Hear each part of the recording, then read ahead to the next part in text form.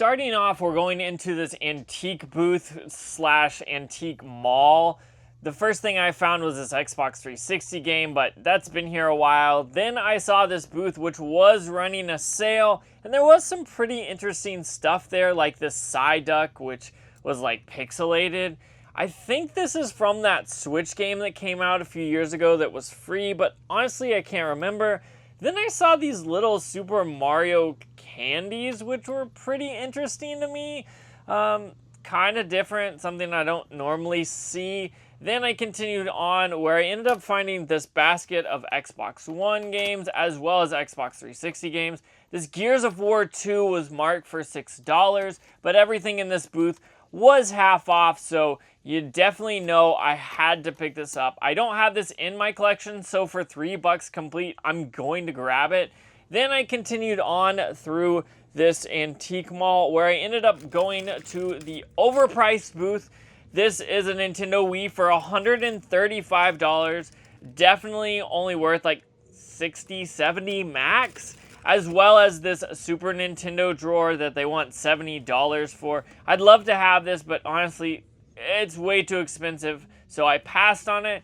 Then from afar, I saw the Zelda booklet, which was pretty cool. I kind of flipped through it and definitely thought it was interesting, but honestly, I don't really want to spend $10 on something like this. Then in the same booth, they had the Sonic hat and this ESPN Xbox game, which was kind of something, I guess.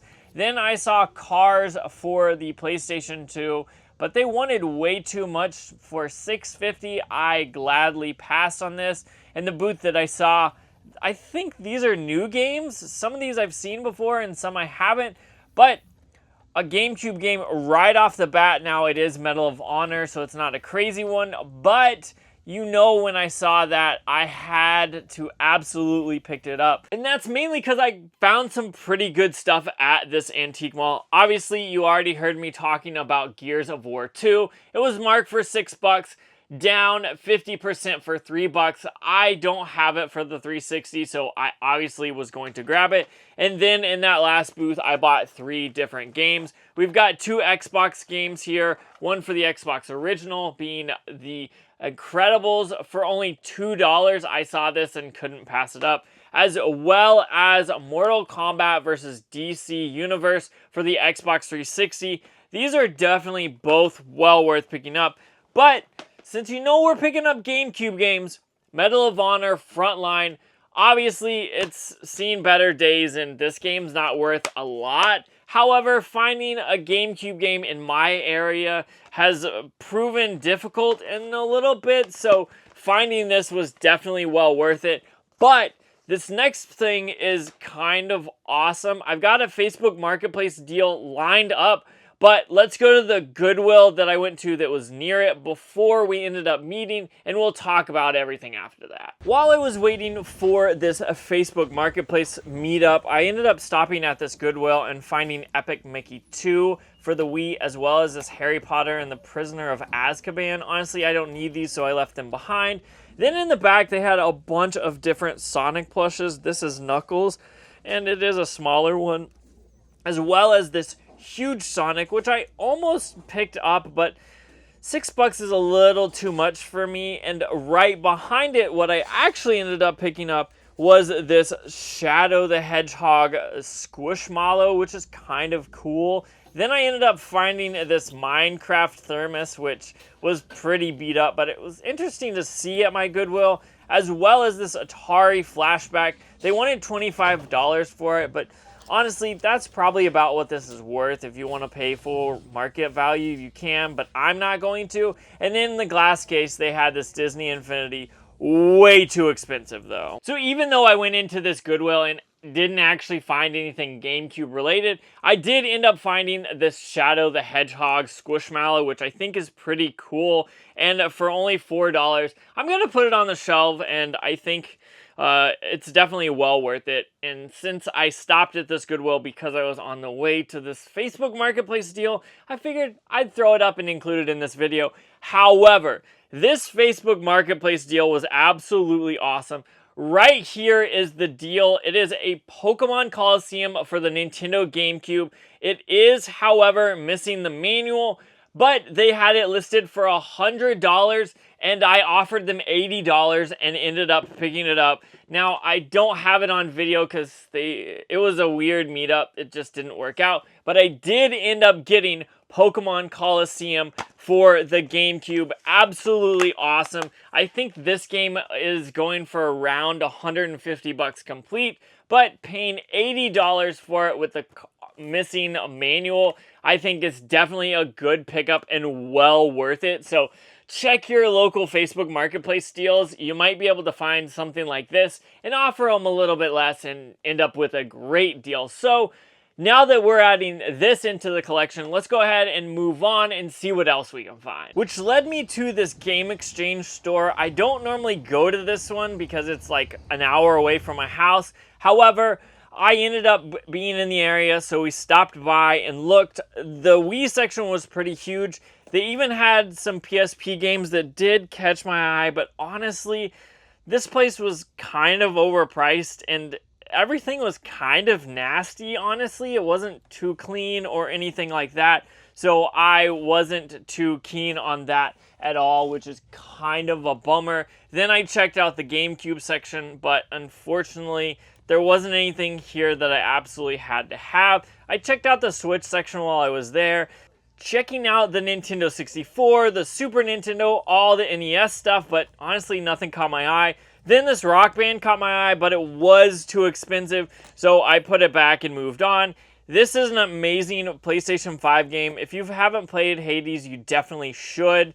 Then I checked out the PS4 and the PS3 games, but nothing really was interesting to me. So I kind of headed towards the front again, where I checked out the glass cases, and they had a bunch of Switch stuff and controllers and consoles right here. And then they had these huge stacks of reproduction carts, which is a big bummer, and anytime I see that, I'm kind of turned off to buying games from places like this. However, I was already here, so we kept going, found a bunch of controllers, and then I ended up finding yet again another GameCube game that I needed for my collection that was actually at a great price, and that is Def Jam Fight for New York on the Nintendo GameCube for only $100. Now, it looks like they priced this back in 2023 in December. So honestly, it was definitely a good price. Now, this is usually going for $160 to $170 complete, but this is missing the manual, so it's a little cheaper, maybe like $140, $130. So being able to find this for $100 is a pretty good deal. But this is one of those games I've never played before, and I've always been interested because it's just kind of one of those over-the-top, ridiculous games that kind of remind me of like Backyard Wrestling for the Xbox original. If you've never played that, you should. But I think this might be a better game, so I'm really stoked upon that. And obviously, it's in a pretty bad case, which I'll end up putting in a better case to kind of keep it protected a little bit more. But when I saw this for $100, I thought, okay, we're working on this video. It's kind of an idea that I think will work. So I ended up picking it up for $100. Normally, I would probably think about this a lot harder. But for the sake of this video, I picked it up. And I still got a ton of savings by not paying $140 or $160 it's worth. So I'm pretty happy about that. But we've got one more place to stop, so let's go ahead and head there now. And that is a local vintage stock store. Right off the bat here, I saw that Nintendo World Championships, just the game for $60, which kind of piqued my interest. Then I checked out the PlayStation 5 games, found Tony Hawk's Pro Skater 1 and 2 for pretty cheap. Then this caught my eye. I almost picked it up, but $63 used, I'll pass on that. Then I saw God of War 3 for $18. Definitely a solid game.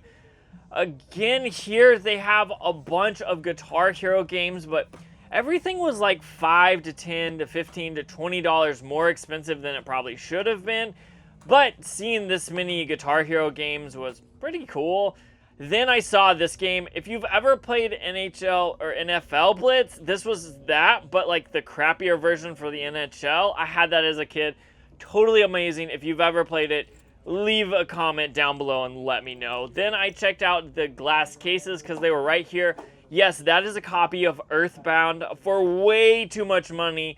I don't know what it is about vintage stock, but they always are like 30 to 40% more, which I feel like is crazy to me.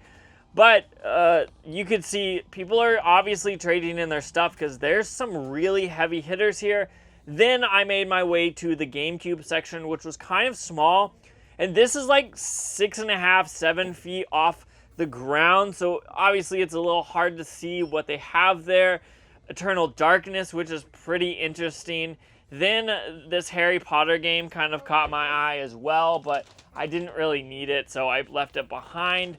As well as I ended up finding this Rampage, which I almost picked up, however, I didn't.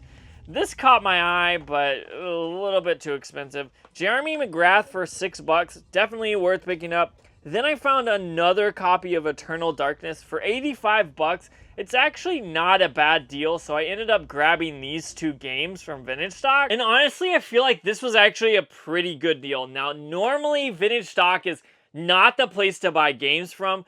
However, sometimes games fall through the cracks, or for whatever reason, they mark them and then don't remark them, because this Jeremy McGrath game hasn't been repriced since September of 2023, which was 11 months ago.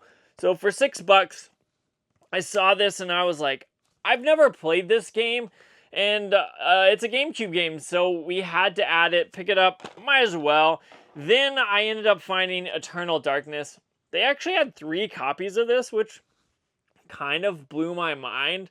This is a game that I've always wanted to play. I've always heard so many great things about it, but for whatever reason, I never ended up actually playing this, but it sounds like it's going to be right up my alley. So when I saw it for $85, I was like, okay, this goes for 85 to 90 complete, and unfortunately, it is missing the manual, which is a bummer. However, I think this is kind of a great way to end this kind of video, because we went to a bunch of places and ended up finding GameCube games in my area. Now, this kind of spanned over like a week or maybe a little bit longer, because it was a few days trying to meet up and whatnot, but I feel like we did pretty good here. Now, I think we have 5 GameCube games, which is pretty incredible. Obviously, we got an Incredible games for The Incredibles from the Xbox, and then we've got 2 Xbox 360 games, and we can't forget about Shadow. However, this GameCube section just got a lot bigger. Now, obviously, I spent a ton of money on this, so the game fund might be hurting for a little bit. But every single one of these games is staying in my collection. I'm thinking about kind of clearing this section up and doing some kind of GameCube series, because I'm finding GameCube games in the wild a lot more, and this summer I found a ton, maybe like 8 to 10 without trying. These definitely add into that, but I'm thinking I clear up right here and we start kind of maybe have a mini series looking for GameCube games. Maybe if you're interested in that, comment down below and let me know, because I do kind of have a decent GameCube section or collection, but I definitely think it could grow, and I'd love to see some more games like Eternal Darkness or Def Jam Fight for New York or Pokemon Coliseum show up, and I just think that would be something really cool. If you're interested in that, comment down below and let me know. But I'm going to get out of here because I want to test all these games and make sure they all work, because buying from certain places like Game Exchange and Vintage Stock, you never know if they actually will, because I'd like to return these and get my money back if they don't, but I bet they will. And plus, I can always resurface if I need to. But I'm getting out of here, so make sure you check that video out if you haven't already. And if you want to see more GameCube games and see me go game hunting more for GameCube games, comment down below, let me know, say create a series, or we need more GameCube games, whatever you want to comment, do that down below. But I'm getting out of here, so check out that video out right there if you haven't already.